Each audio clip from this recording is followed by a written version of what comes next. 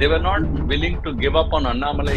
He had made a lot of personal remarks, personal comments about EPS, actor Vijay's party, TVK, further complicated the situation for them. What he perhaps failed was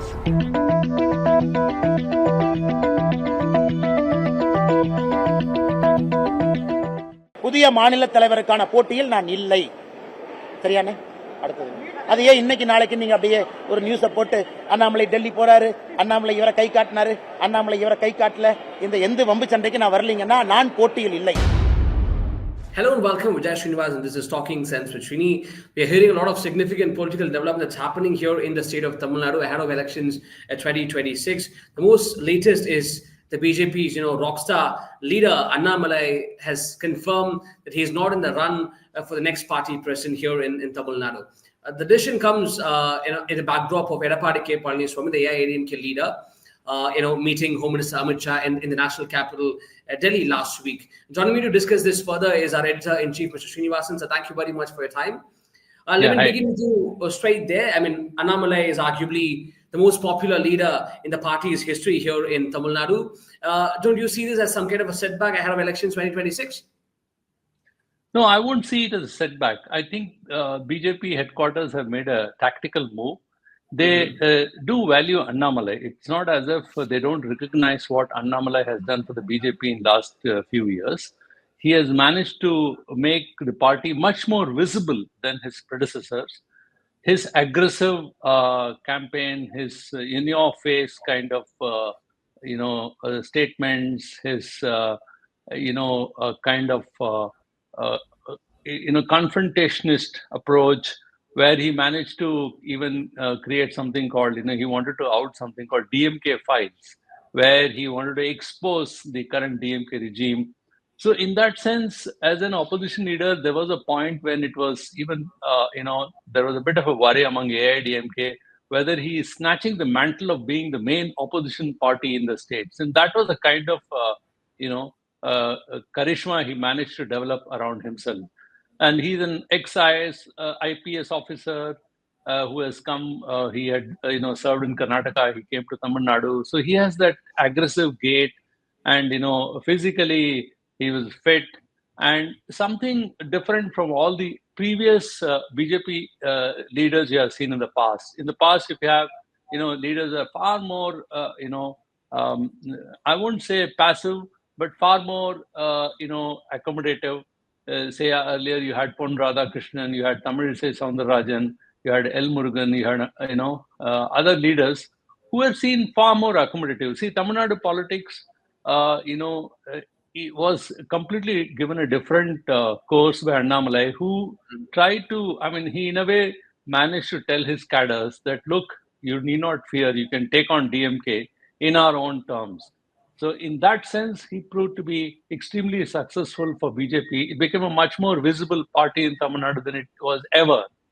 And in that sense, he was successful. But what he perhaps failed was, in the coalition politics, you need to take along other party leaders. Essentially, here it has become almost a two-party formation, if you have to say that. One formation headed by DMK, the other formation would have been AIADMK.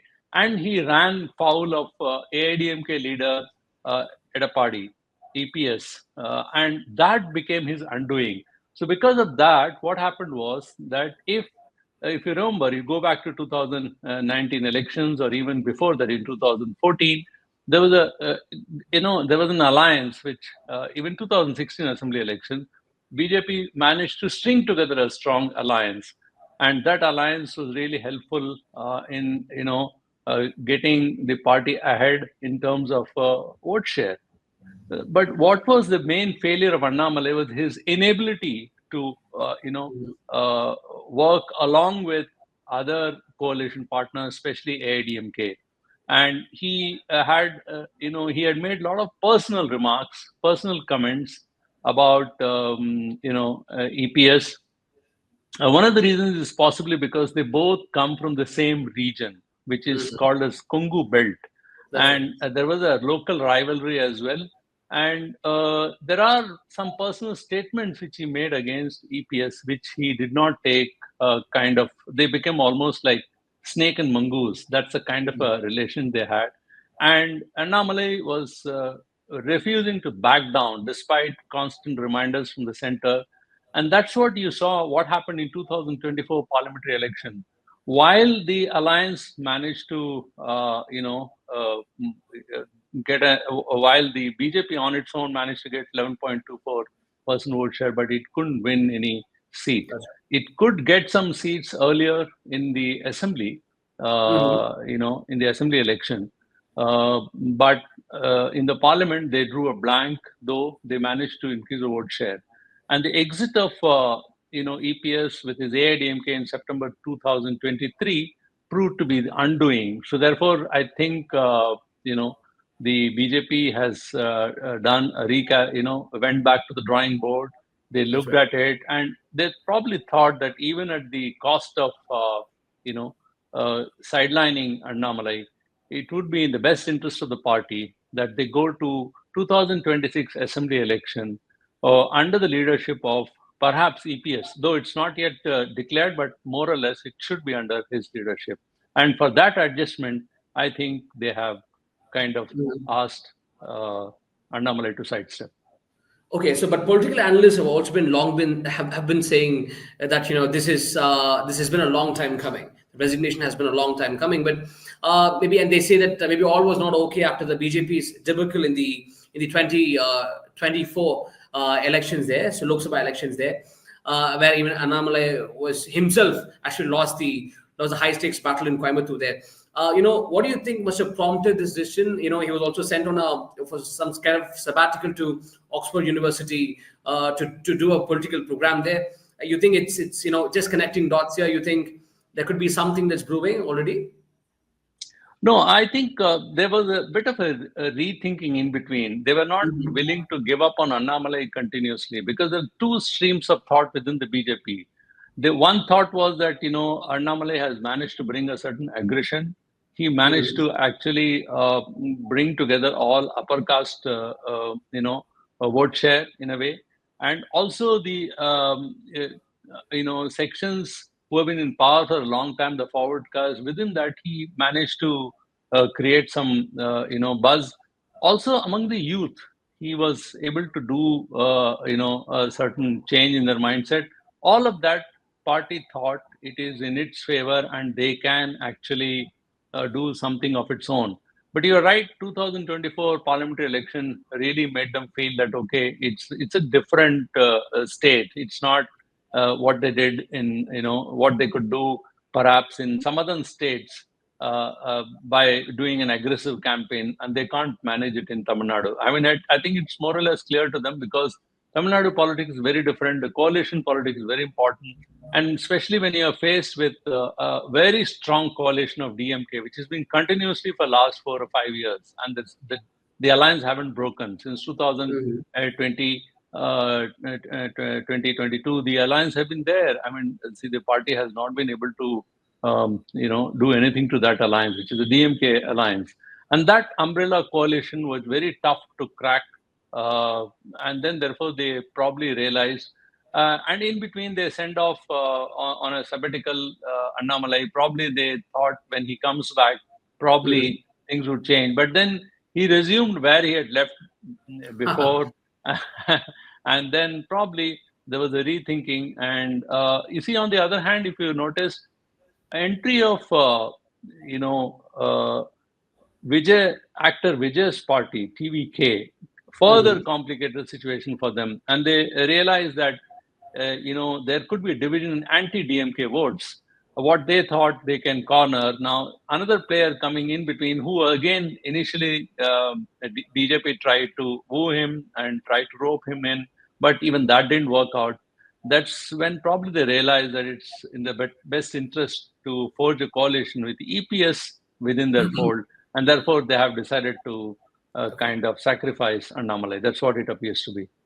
This is also seen as some kind of a strategic decision by Home Minister Amit Shah himself, right? I mean, our editor for special projects, Mr. Mahalingam also had reported that this is not really a demotion, but some kind of a recalibration, sort of an approach from the BJP top brass. Keeping in mind the social engineering strategy the BJP has able to get, the best in the elections there. So do you agree with this perspective? Because this is seen as something that's been taken keeping the caste equations in mind. Look, we have built the Kongu belt with Annamalai, and now we need to move a little further down south with something else. You're right. Mahalingam has been talking about in his own news presentations. Then he has been saying that, look, you had earlier Pon Radhakrishnan, who was a Nadar, and that leadership was provided to the BJP for a while.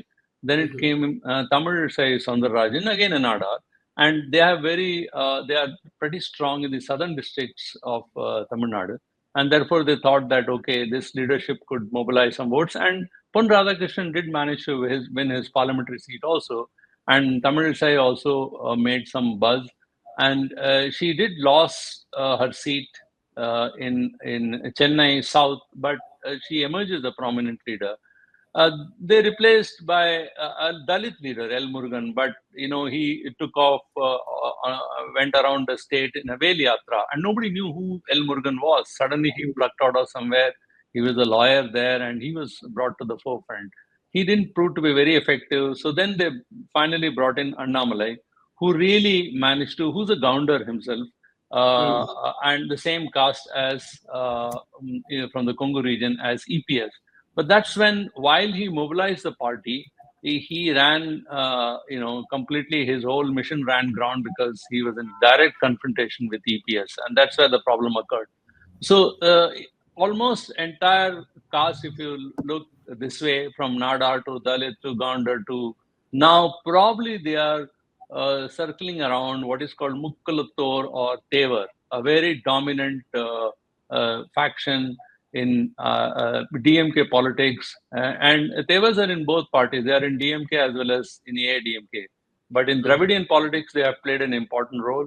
And if you see the strength of Jayalalitha, former AIADMK leader, was both the factions. Tevas very strongly behind them. With her friend, Jayalalitha's close friend, Sasikala, was a strong Mukkalattor or a Tevar community leader. And then there was, OPS, O Paneerselvam, he was again a strong leader. So they had a very pretty strong ground in those areas. But with EPS, who dominated over Kongu region, so it was a very good combination for Jayalalitha. She could bring together both the factions of Kongu from the Kongu region and from Tevar region. But following her death, there was obviously a struggle within the party for power.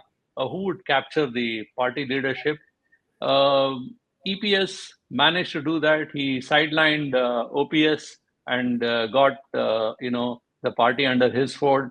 But then what happened subsequently was it appeared as if it became a Kongu party, Kongu region, because a lot of leaders came from that region. And for a moment, it appeared as if, the other region, which is basically the southern parts, was losing out, which is where the Tevas are in very strong, electorally, they're pretty strong there in that region. When all these things were happening, probably BJP is now trying to, in this alliance now, they're trying to see that at least if they elect a leader from that region, because they have already given enough representation to Nadars in the past, though Nadar segment has been strongly backing them. If they have a leader from this region, which is the stronghold of a kind of fortress of Tevar, they could do better. That's probably the name which is being proposed is somebody from that region to be the next leader of BJP. That's right. So I think you already answered my question, but again, just to get it more specific, whom do you think could be the next, BJP Tamil Nadu person? Kaun banega Right. Pradesh Adhyaksh? That's the question right now. Yeah, exactly. So I don't want to go into too much of speculation because you really don't know who would be made. See, the BJP, as Annamalai himself has made it clear in his press briefing, after it was clear that he is stepping down, he says, look, in my party, there are no elections. we don't fight. There are no 50 candidates. He was trying to make a virtue of that. He was saying we're very democratic. I would say actually it is not being democratic to get somebody as nominated as a party president. And the nomination happens from Delhi. It's almost like a headquarter culture, which used to happen during Congress regime. Akbar Road, 24 Akbar Road, all nominations were made from there by the Gandhi families. It's now being, replaced by a powerful duo in the BJP. So it's basically going to be a nomination, but he proudly says that, look, we have our own way. We don't fight. Somebody is going to be elected. And I'm the loyal soldier of the party. But one thing you give it to BJP, that they have managed to keep the noises within the party. You won't see BJP leaders coming out on the street, fighting each other, making wild allegations, as you often see Congress party doing that. So their democracy is settled in a very quieter way within the party. So it is possible that they are now going for Naina Nagendran, as I said earlier. He's currently the vice president of the BJP. He is currently an MLA like Vanadi Srinivasan, and he's a Tevar, which is a very good plus point. The other thing good about him is the next leader, whosoever BJP chooses to lead its party in Tamil Nadu, they would like him or her have a very good relationship with the other party. That's very important, so that they are able to cooperate and they go have a perfect chemistry. They manage to go into elections. So obviously they would look for somebody who has from this dominant caste and also strike a good relationship with EPS. And I'm told by the political observers there that Naina Nagendran is somebody who has actually a very good relation with the EPS. He has a good relationship with other party cadres within BJP. And since he's an ex-AIADMK, he knows those leaders. He also has a good relationship with OPS. Come on, there is one analyst who even said he has a good relation with, guess what? The chief MK Stalin. Okay. Of course, that apart, it seems that whether he will emerge as a consensus leader, we don't know. Another name which is going around is that of Vanadi Srinivasan. But she is again from the Kungu belt. She is an MLA. She is again very prominent leader, very well-known face, and she has managed to come up the hard way, from the ground. And she's currently MLA in the Assembly, and she also has a national face, but she's again from the Congo region. And whether she manages to get the post, we don't know. So we really don't know what is the thinking going in Delhi. But I could say one thing very clearly, that they would like to now choose a leader who doesn't go for a confrontation, rather manage to participate in the coalition. So BJP might have some kind of an arrangement like this, which has been the earlier slogan in Tamil Nadu, that let the regional party manage the regional affairs and let the national party manage the national affairs. So what could happen here is that they leave the space to EPS to handle the assembly election as its leader, probably a chief minister candidate, but BJP would like to keep the dominance when it comes to parliamentary elections. So one last question there, sir. With Annamalai stepping down right now, and it seems like the alliance is almost stitched. It's just that it's not official there between AIADMK and the BJP. How do you see the electoral arithmetics play out in the 2026 elections? And do you think the NDA can put up a strong fight against the DMK Congress combined? Because the latest C-voter survey says, MK Stalin has got a lot of leverage in the upcoming elections. Look, if I think we could be raising ahead of, so I think we have to pause and think. This coalition, before it works out, how it is going to pan out within AIADMK, we have to see that first. Because it's not as if all factions of AIADMK has agreed to EPS being the leader. OPS is still out in the woods, and you have Sasikala, other leaders who are still not in this camp. The thing which one has to see is whether EPS agrees to being part of this AIADMK umbrella, because he's strongly opposed to all of them. He doesn't want them anywhere near the party. Now, we really don't know how he manages this particular piece. So that's one puzzle which still remains to be solved as far as AIADMK is concerned. The question is whether BJP has left it to him and other faction leaders are left to fend for themselves. If that too could be a possibility, because BJP after all is in that sense is a very pragmatic in that sense. With the way they have sidelined Annamalai, they could also sideline the other leaders. So they really don't have any, so they don't need not stick around with OPS. If they do not see the value of OPS, and if he is not going to stick with EPS, so they may not look at him, because if they have a stronger, Mukkalatho leader in the form of Naina Nagendran and some other leaders, they could even, at the cost of these leaders, go with the EPS. But it really had to be seen. So that's one equation which is yet to be solved within AIADMK. Now, coming to other coalition partners, you have to really see how it works out, because other moving part here is PMK. Whether PMK agrees to get into this coalition, what kind of demand they bargain they do. So that's another element, because they keep bargaining till the last minute, and they're very good bargainers.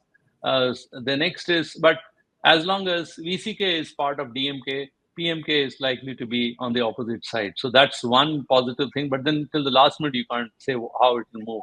Then there is a DMDK, former Vijay, actor Vijay party. So we don't know how does it go. So you have all these coalition to be, put together, stitched again all over. And then a very unknown face is Vijay's party. How Vijay party divides the votes which are cast against the current regime. Yes, it is true that there is certain anti-incumbency which has been gathered by DMK all these years. So how they are going to deflect that, and what is the role Vijay's party is going to play is also important. So there is plenty of work cut out for EPS once he gets on to this coalition. It's not going to be a cakewalk. He has to work this out. So thank you very much, sir. Very insightful talking to you. Thank you.